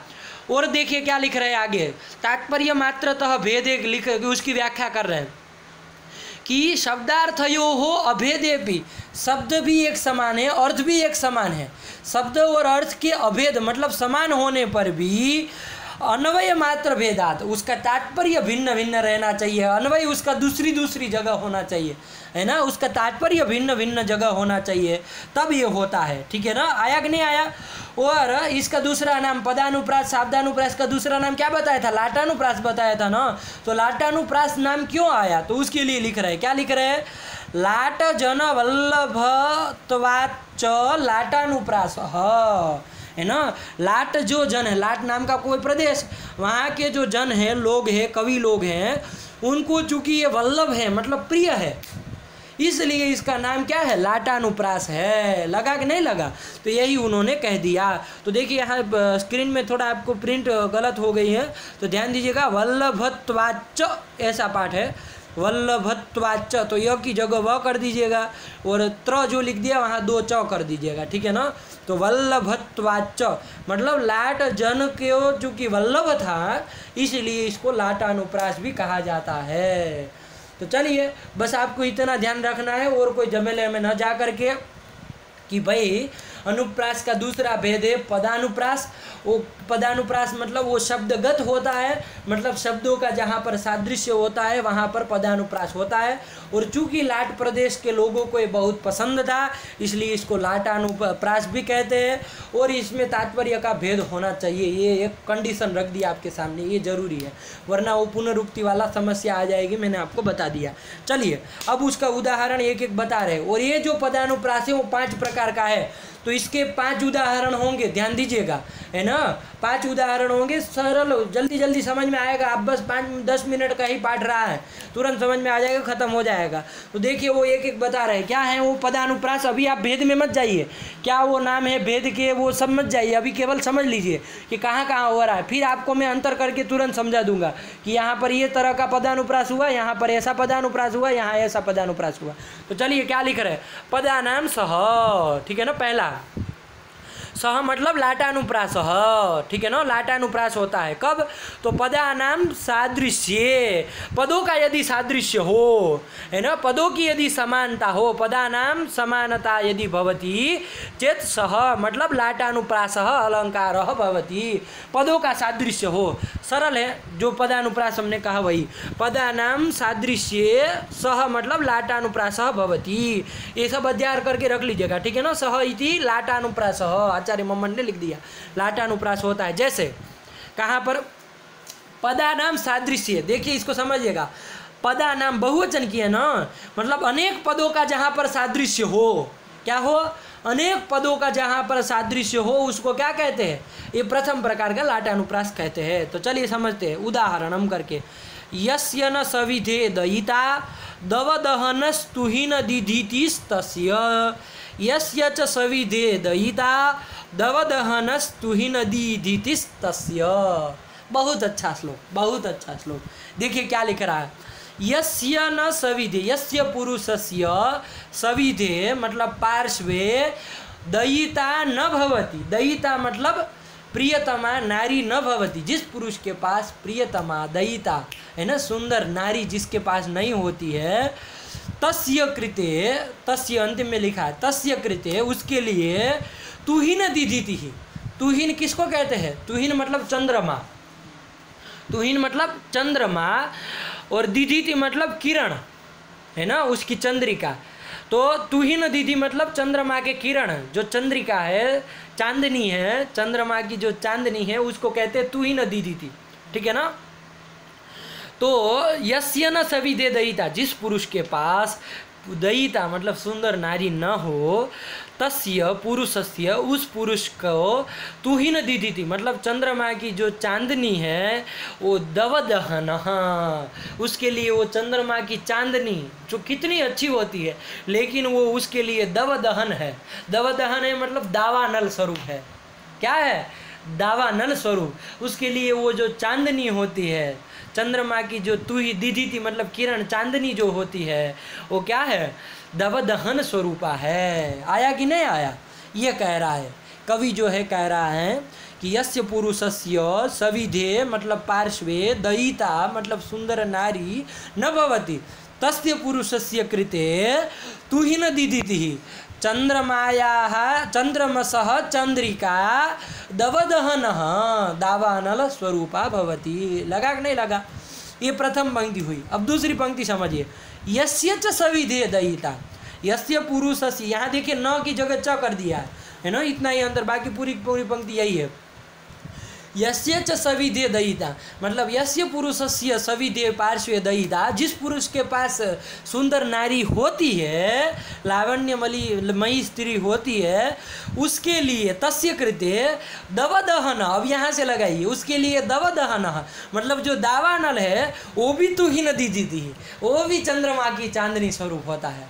मान लीजिए कोई जंगल में है, वहाँ दावानल पड़ गया, लेकिन यदि उसके पास नारी है, सुंदर लावण्यमय स्त्री है, तो वो उसके लिए वो दावानल भी क्या है? तुहिन दीदिति के समान है। ये कह रहा है। समझ में आया कि नहीं आया?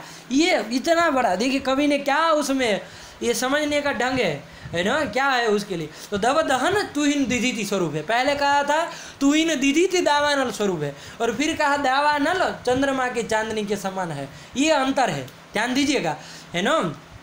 तो यहाँ पर देखिए क्या हो रहा है, अनेक पदों का साम्यता हो रही है, सादृश्य हो रहा है कि नहीं हो रहा है। यस्य पद का सादृश्य है यस्य यस्य, फिर सविधे सविधे, दयिता दयिता, दवदहन दवदहन, तुहिन दीदिति तुहिन दीदिति, तस्य तस्य, तो अनेक पदों का क्या है? सादृश्य है। तो यहाँ पर ये प्रथम प्रकार का ये लाटानुप्रास पदानुप्रास हुआ। लगा कि नहीं लगा? 5 प्रकार के पदानुप्रास लाटानुप्रास होंगे, उसमें से ये पहला है जिसमें अनेक पदों का क्या है? अनेक पदों का जिसमें सादृश्य होता हो, वो प्रथम प्रकार का। इतना ध्यान रखिएगा, इसमें कोई नाम नहीं दिए हैं आचार्य मम्मट ने, जैसे वहाँ वृत्ति अनुप्रास छेकानुप्रास दिए थे, ऐसे यहाँ पर नहीं दिए हैं। ठीक है ना, केवल इसको ऐसे ही ध्यान में समझना है। पदा नाम सादृश्य मतलब अनेक पदों का जिसमें सादृश्य होता हो, उसको प्रथम प्रकार का लाटानुप्रास पदानुप्रास कहते हैं। लग गया? यही हो गया। चलिए समझ में आ गया हो, ज़्यादा इसमें जाने की जरूरत नहीं है। अब देखिए दूसरा भेद उसका समझा रहे, पदस्यापी करके, इसको समझिए, ये दूसरा भेद है पदस्यापी। ठीक है ना, पदस्यापी है ना, ऊपर से ले आना सह, सह की अनुवृत्ति ले आना। तो पदस्यापी मतलब एक पद, देखिए वहाँ पदा नाम था, मतलब अनेक पदों का सादृश्य होने पर सह मतलब लाटानुप्रास पदानुप्रास होता है। अब पदस्य मतलब एक पद का भी यदि सादृश्य हो तो वो लाटानुप्रास पदानुप्रास होता है। लगा कि नहीं लगा? मतलब अब यहाँ दूसरा भेद क्या था, एक पद का भी यदि हो गया, क्या हो गया?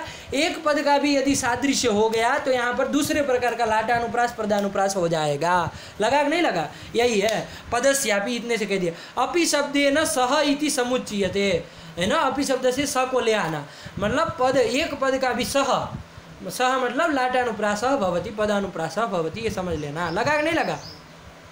पहले क्या कहा था? पदानाम सह मतलब अनेक पदों का हो तब लाटानुप्रास। अब कहा पदस्यापि सह, पदस्यापी, अपि से सह आ जा रहा है ना, कि पद का भी यदि हो, एक पद का भी यदि हो तब भी क्या होगा? सह, लाटानुप्रास होगा। तो अपि शब्द से स का समुच्चय कर लेना, यही कह रहा है, और कुछ नहीं। अब उदाहरण देखिए, उसमें पूर्व उदाहरण में क्या था? अनेक यस्य दयिता सविधे, बहुत पदों का साम्यता थी। अब यहाँ पर देखिए एक ही पद की साम्यता है ना। देखिए क्या कह रहे हैं, उदाहरण हम करके, वदरम वरवर्णिन्याः तस्याः सत्यम सुधाकरः, सुधाकरः क्वनु पुनः कलंक कविकलो भवेद, कलंक कलंक विकलो भवेद, है ना, यह कह रहा।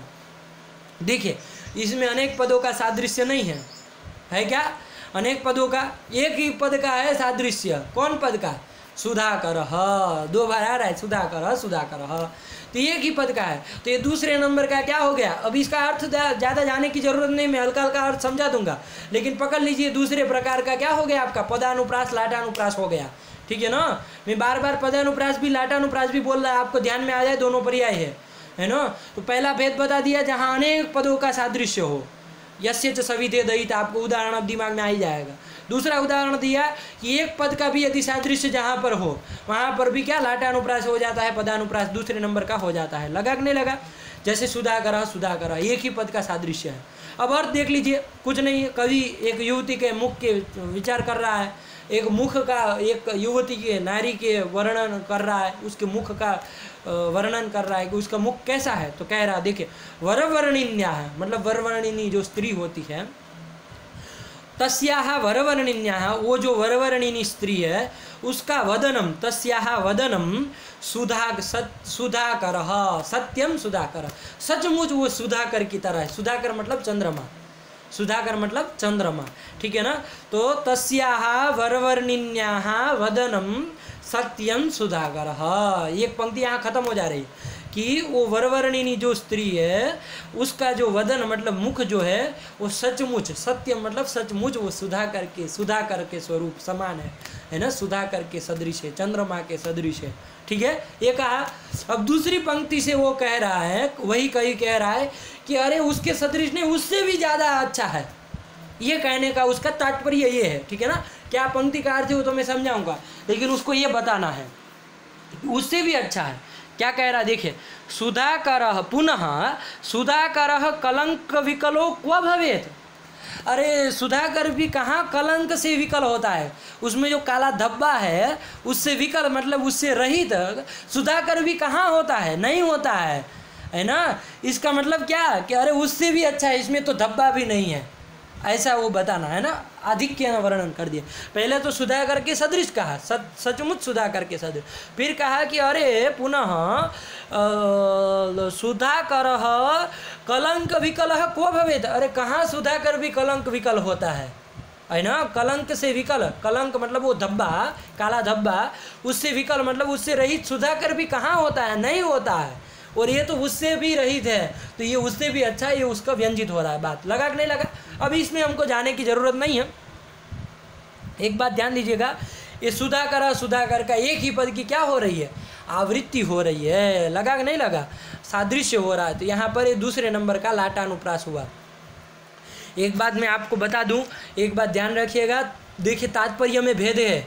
सुधाकर दो बार आ रहा है, दोनों में सुधाकर शब्द एक समान है और दोनों का अर्थ चंद्रमा ही है, लेकिन तात्पर्य का भेद है। बात ध्यान दीजिएगा, मैंने पहले श्लोक में भी बताना है, बता दूंगा अभी।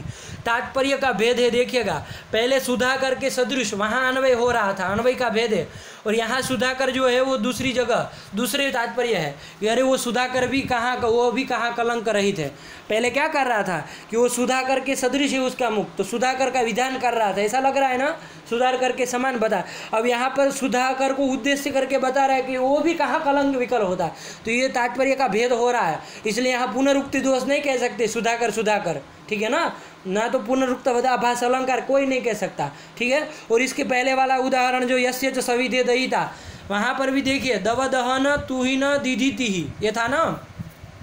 तो वहाँ पहली पंक्ति में क्या था, तुहिन दिधिति को दव दहन बता रहा था, है ना। जिसके पास जाया वो नारी नहीं होती है उसके लिए चंद्रमा की चांदनी दावानल के स्वरूप ये बता रहा था। तो तुहिन दुधिति को उद्देश्य करके उसको दावानल बता रहा था। लेकिन दूसरी पंक्ति में दवदहन मतलब जिसके पास नारी होती उसके लिए दावानल भी क्या होता है, चंद्रमा की चांदनी की। तो यहाँ दावानल को उद्देश्य करके उसमें चंद्रमा का चांदनी का विधान कर रहा है। तो ये तात्पर्य का भेद हो रहा है, पुनरुक्ति नहीं है, ध्यान दीजिएगा। तो तात्पर्य का भेद इसलिए हो रहा है, तात्पर्य का भेद होना चाहिए, होना ही चाहिए, तभी होगा। ये मैं बताना भूल गया, लेकिन ध्यान दीजिएगा दोनों में हो रहा। तो चलिए हम लोगों ने लाटानुप्रास पदानुप्रास दो प्रकार का समझ लिया। पहला भेद क्या समझा कि जिसमें अनेक पदों का सादृश्य हो, और दूसरा भेद समझ लिया कि जिसमें एक ही पद का सादृश्य हो, तो उसको दूसरे प्रकार का कहते हैं। अब आए एक ही साथ जो आपको दिख रहा है ना, जो जितना ग्रंथ आपको दिख रहा है उसमें बाकी के तीनों का ग्रहण कर दिया और तीनों का एक ही साथ में उदाहरण भी दे दिया। बहुत सरल है और कुछ नहीं है। पदानुप्रास के तीन भेद बच गए। मैंने कहा था पदानुप्रास 5 प्रकार का होता है, 2 देख लिए है ना। अब 2-3 बच गए, तो तीनों का एक ही साथ में वर्णन कर रहा है और पंचधामतः करके ख़त्म कर देंगे अनुप्रास अलंकार। ठीक, अब समाप्त होने में है, धैर्य बनाए रखिए। चलिए वृत्तौ अन्यत्र तत्र वा नाम्नः वृत्य वृत्योश्च। बस इसमें मैं 3 बता दिए, ठीक है ना। देखिए यहाँ वृत्ति शब्द जो आया ना, वो वृत्ति शब्द आपको क्या लेना है, समास शब्द, समास परक लेना है। क्या लेना है, समास परक लेना है, ठीक है ना। वृत्ति शब्द यहाँ पर जो जो वृत्ति शब्द आए वो समास परक लेना है। तो वृत्तौ अन्यत्र तत्र वा नाम्नः स वृत्य वृत्योश्च, ठीक है ना। ये पंक्ति है, इस पंक्ति में बताया, इसकी व्याख्या देखेंगे तो आपको सरल रूप से समझ में आ जाएगा 3 भेद क्या है पदानुप्रास के, बाकी के, है ना। लाटानुप्रास के 3 भेद क्या है बाकी के, तो वो बता दे रहे। देखिए वृत्ति में सीधे चल रहे हैं, व्याख्या में आचार्य मम्मट क्या लिख रहे हैं, अन्वय करके बढ़िया से बता रहे, बाद में आपको पंक्ति भी समझ में आ जाएगी।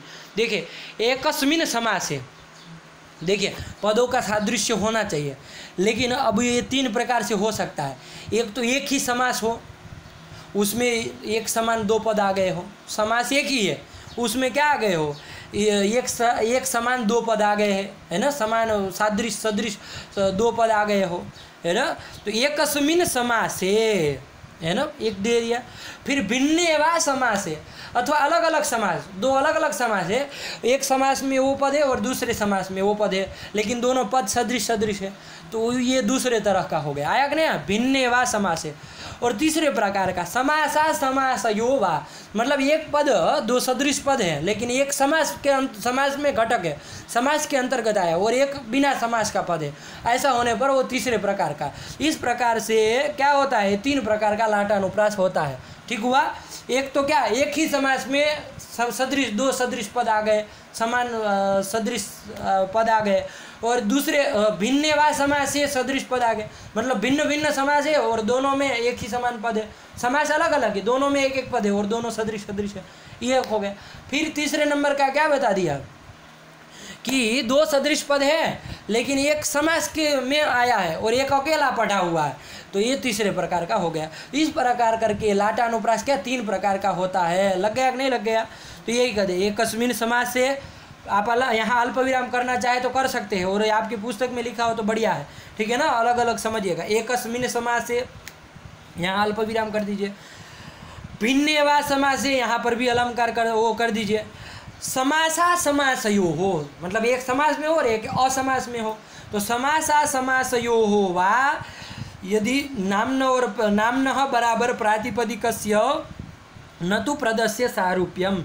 देखिए इसमें अभी तक पहले जो लाटानुप्रास पदानुप्रास के उदाहरण दिखाए ना, वहाँ पर क्या था, वो दोनों उदाहरणों में पदों का सादृश्य था ना, इसमें पदों का नहीं प्रातिपदिक का है ना, थोड़ा ही अंतर है। देखिए रामः सुबंत तिगंत की पद संज्ञा होती है, आपको पता है, रामः ये सुबंत पद है, इसकी पद संज्ञा होती है, लेकिन इसमें सु न किया जाए, वो उसके बिना विसर्ग को निकाल दे, जो बचेगा राम, वो क्या है, प्रातिपदिक है। तो चूंकि समास में जब वो रहेगा तो उसमें वो प्रातिपदिक रहेगा ना, जैसे राजपुरुष है तो राज प्रातिपदिक है ना, यहाँ पद नहीं है, इसलिए यहाँ समास और असमास वाले जो उदाहरण होंगे पदानुप्रास के ही है, वृत्त्यनुप्रास के ही है, लेकिन इसमें सादृश्य किसका होगा, प्रातिपदिक का होगा, पद का नहीं होगा। यही चीज़ ध्यान में रखनी है। अभी उदाहरण समझेंगे समझ में आ जाएगा, घबराइए मत, कोई बड़ी बात नहीं कह रहा है, ठीक है। देखिए नाम्नः मतलब प्रातिपदिकस्य, नाम्नः बराबर प्रातिपदिकस्य सारूप्यम, ठीक है ना, वहाँ अन्वय कर दीजिए। न तो पदस्य सारूप्यम, पद का सारूप्य नहीं होता इसमें, अभी तो किसका होता है, नाम्नः मतलब प्रातिपदिकस्य सारूप्य होता है। कहाँ कहाँ होना चाहिए, तो एकस्मिन समासे प्रातिपदिक का सादृश्य होना चाहिए, भिन्न भिन्न समास में प्रातिपदिक का सादृश्य होना चाहिए, अथवा तो समास असमास दोनों में पदों का क्या प्रातिपदिक का सादृश्य होना चाहिए। ऐसा होने पर 3 प्रकार के लाटानुप्रास पदानुप्रास होते हैं। आपको पता चल गया होगा, अब बताने की जरूरत नहीं है। आ गया, चलिए उदाहरण तीनों के एक ही श्लोक में दे दिए, बहुत अच्छा है, कोई उसमें गड़बड़ नहीं, सरल रूप से समझ में आ जाएगा। देखिए क्या है उदाहरण, तीनों का उदाहरण इसमें आ जाएगा। देखिए क्या कह रहे हैं, शीत कर कर रुचिर विभा विभा कराकार धरणी धर कीर्ति पौरुष कमला कमला सापि तवै वास्ति नान्यस्य। देखिए कोई व्यक्ति एक राजा के प्रति ये श्लोक बोल रहा है और उसकी प्रशंसा कर रहा है, ठीक है ना। पहले अर्थ समझ लेते हैं ताकि फिर आपको जल्दी से समझ में आ जाएंगे तीनों उदाहरण। तो देखिए क्या कह रहा है, एक व्यक्ति जो है वो राजा की स्तुति कर रहा है, राजा के प्रति ये वाक्य कह रहा है कि हे विभा कराकार, है ना, संबोधन है। विभाकर आकार, विभाकर मतलब कौन होता है, सूर्य, विभा मतलब प्रभा, उसको करने वाला कौन, सूर्य। तो विभाकर के सदृश आकार वाला, है ना, मतलब विभाकर जो सूर्य है उसके सदृश आकार वाला, मतलब उसकी तरह प्रचंड प्रकाशमान तेजस्वी, ऐसा संबोधन कर रहा है। ये विभाकर के समान आकार वाले, है ना, हे राजा, तो विभाकर के सदृश आकार है जिसका, ऐसा विभाकर आकार कौन हो गया, राजा हो गया। तो ये क्या है, संबोधन है। हे विभाकर आकार मतलब हे सूर्य के समान तेजस्वी, सूर्य के समान आकार वाले हे राजा। धरणीधर, धरणीधर क्या है, ये भी क्या है, धरणीधर मतलब राजा, उसका संबोधन ही है। हे विभाकर आकार, हे धरणीधर, हे महाराज, ये उसका संबोधन कर दिया। तवैव अस्ति, ये आपके ही है। कौन, तीन चीज़ें बता रहा है, ये तीन चीज़ें आपकी ही है, नान्यस्य, और किसी की नहीं है। वो तीन चीज़ें क्या है, तो पकड़ लीजिए। एक तो शीत कर कर रुचिर विभा, ठीक, शीत कर कर रुचिर विभा कीर्ति ही, है ना, और पौरुष कमला और कमला, ये तीनों चीज़, तीन है कि चार है, क्या लिखा है, एक मिनट ध्यान दीजिएगा। देखिए इसमें क्या गिनाया है, हाँ, ये जो चीज़ें गिनाई है, हाँ, तीन चीज़ें, ठीक है ना, तीन ही चीज़ें हैं, ये तीनों चीज़ें आपकी ही है, ये बात बता रहा है। कोई चीज़ देखिए, पकड़ लीजिए, सरल है, कोई कुछ नहीं, है ना। अभी अर्थ बता रहा हूँ, अभी ये कहाँ कैसे पदानुप्रास और कैसे हुआ ये नहीं बता रहा, केवल अर्थ समझ लीजिए। हे विभाकर आकार मतलब हे सूर्य के समान आकार वाले, हे धरणीधर, हे धरणी मतलब पृथ्वी को धारण करने वाले, हे महाराज, तवैव अस्ति, ये सब, ये तीन चीज़ में जो गिना रहा हूँ वो आपकी ही है ना। नान्यस्य अन्यस्य कस्यापि नास्ति, वो तीनों चीज़ और किसी की नहीं है। वो तीन चीज़ क्या है, तो गिन लीजिए। शीत कर कर रुचिर विभा कीर्ति ही, ये एक हो गया।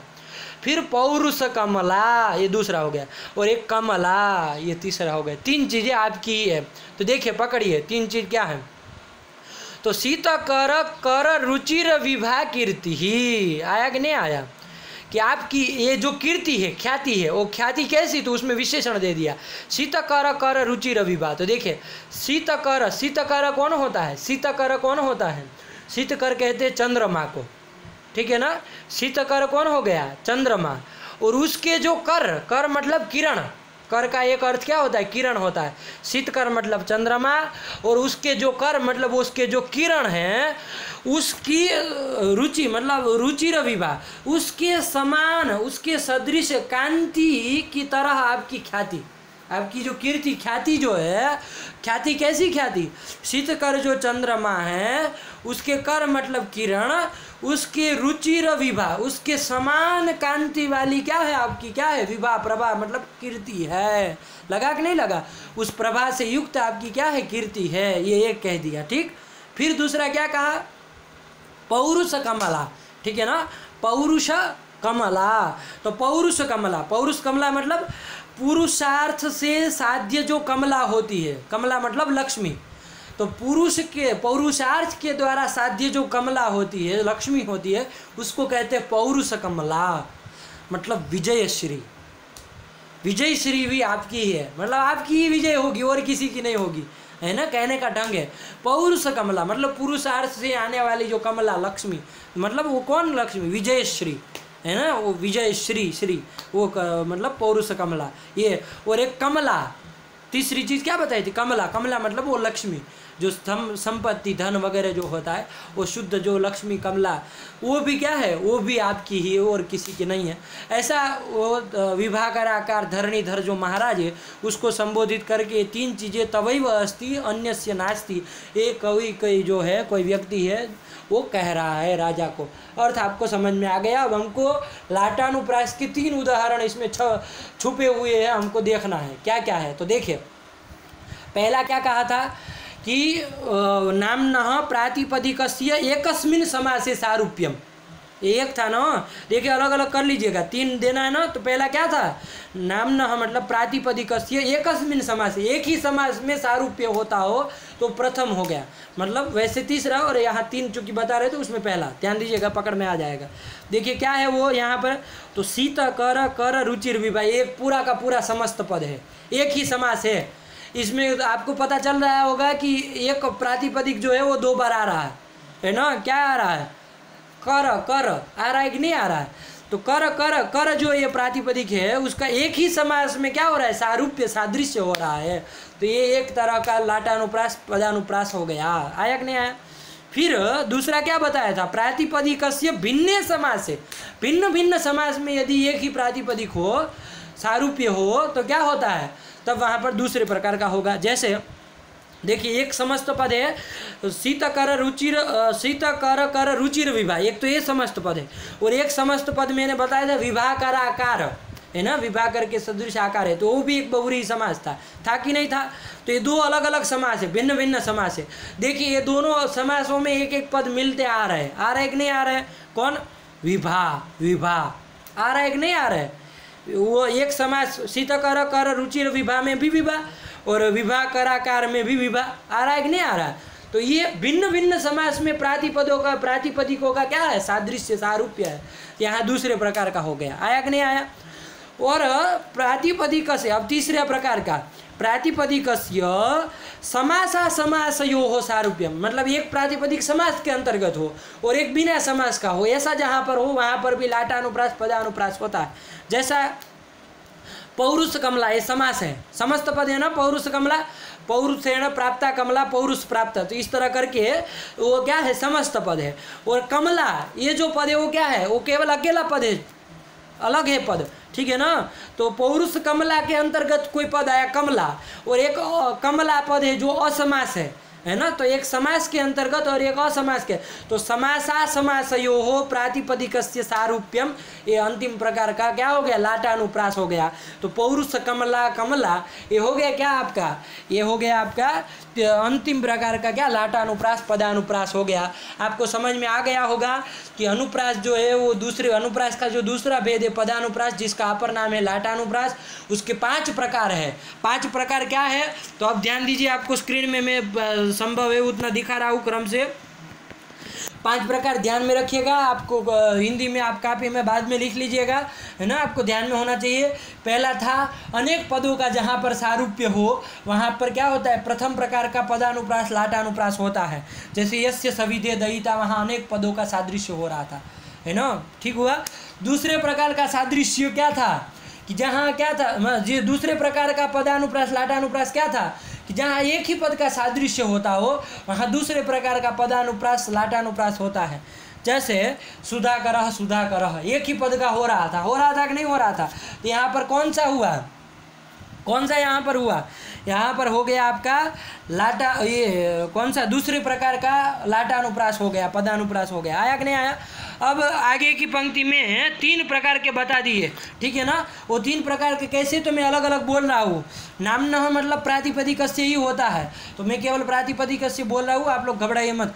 प्रातिपदिकस्य एकस्मिन्नेव समासे सारूप्यम, एक प्रकार का लाटानुप्रास होता है, ठीक है ना। कि प्रातिपदिक का एक ही समास में क्या होता हो, सारूप्य होता हो, तो वहाँ पर क्या होता है, लाटानुप्रास होता है। जैसे शीत कर कर रुचिर विभा, यहाँ पर शीत कर कर रुचिर विभा एक ही समास पद है, उसमें कर कर 2 बार प्रातिपदिक आ रहा है, तो ये हो गया, ठीक है ना। फिर आया था प्रातिपदिकस्य भिन्ने समासी सारूप्यम, भिन्न भिन्न समास में प्रातिपदिक हो तो ऐसा सारूप्य होने पर भी लाटानुप्रास होता है।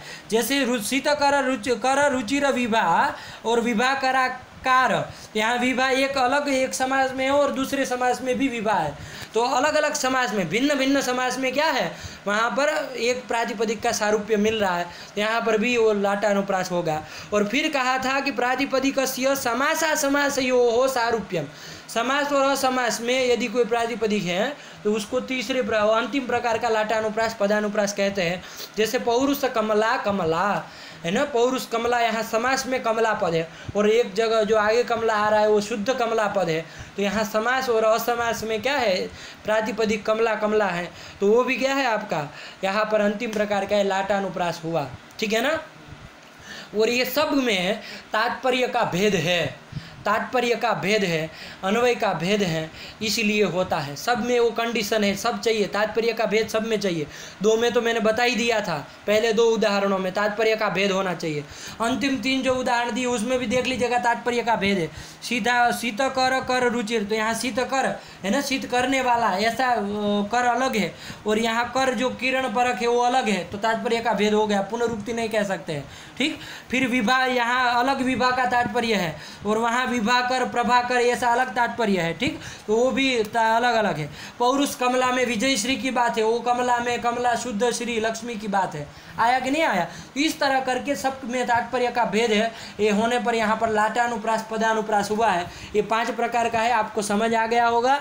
आप हिंदी में इसके नाम नहीं दिए हैं आचार्य मम्मट ने, जैसे वर्णानुप्रास में दिए वैसे यहाँ नहीं दिए, लेकिन आप लोग हिंदी में केवल रख लीजिएगा और उदाहरण एक एक रख लीजिए, हिंदी में उसका स्वरूप लिख लीजिएगा, तो आपको दिमाग में रहेगा। और अब जहाँ कहीं पर भी आप कहीं पर भी काव्य पढ़ते हैं, कोई भी पढ़ते हैं, तो आप वहाँ पर जाके अलंकार जरूर देखिए, प्रत्येक उसमें देखिए कि कोई अनुप्रास नाम का अलंकार नहीं हो जा रहा है ना। तो चलिए मैं अंतिम में निष्कर्ष बोल के बात खत्म कर रहा हूँ, इस वीडियो को समाप्त कर रहा हूँ। अनुप्रास अलंकार है वो 2 प्रकार का होता है, वर्णानुप्रास और पदानुप्रास, जिसका अपर नाम है लाटानुप्रास। हो गया, चलिए। और वर्णानुप्रास 2 प्रकार का होता है, छेकानुप्रास और वृत्त्यनुप्रास। और आपका जो पदानुप्रास है वो 5 प्रकार का होता है, जिसके स्वरूप और उदाहरण हम लोगों ने समझ लिए। बस उसका दूसरा नाम याद रखिएगा लाटानुप्रास, क्योंकि लाट के लोगों को बहुत पसंद था, इसलिए लाटानुप्रास उसका नाम रख दिया। यही अनुप्रास की हम लोगों ने बढ़िया से विस्तार से विचार कर लिया, यहीं पर पाठ को रखते हैं। यदि कोई प्रश्न आपको हो तो आप पूछ सकते हैं। देखिए अंतिम में लिखा है तदेवं पंचधामतः, ये जो लाटानुप्रास पदानुप्रास है वो पंचधामतः, वो 5 प्रकार का माना है। अब इसके आगे यमक की चर्चा आ गई है, अब उसमें हमको अभी नहीं जाना है, फिलहाल पाठ यहीं विराम देते हैं। अस्तु। यदि कोई भी प्रश्न हो, समस्या हो, संदेह हो तो आप कमेंट बॉक्स में कमेंट कर लीजिएगा, आपको मैं शीघ्रातिशीघ्र उत्तर दूंगा। अस्तु।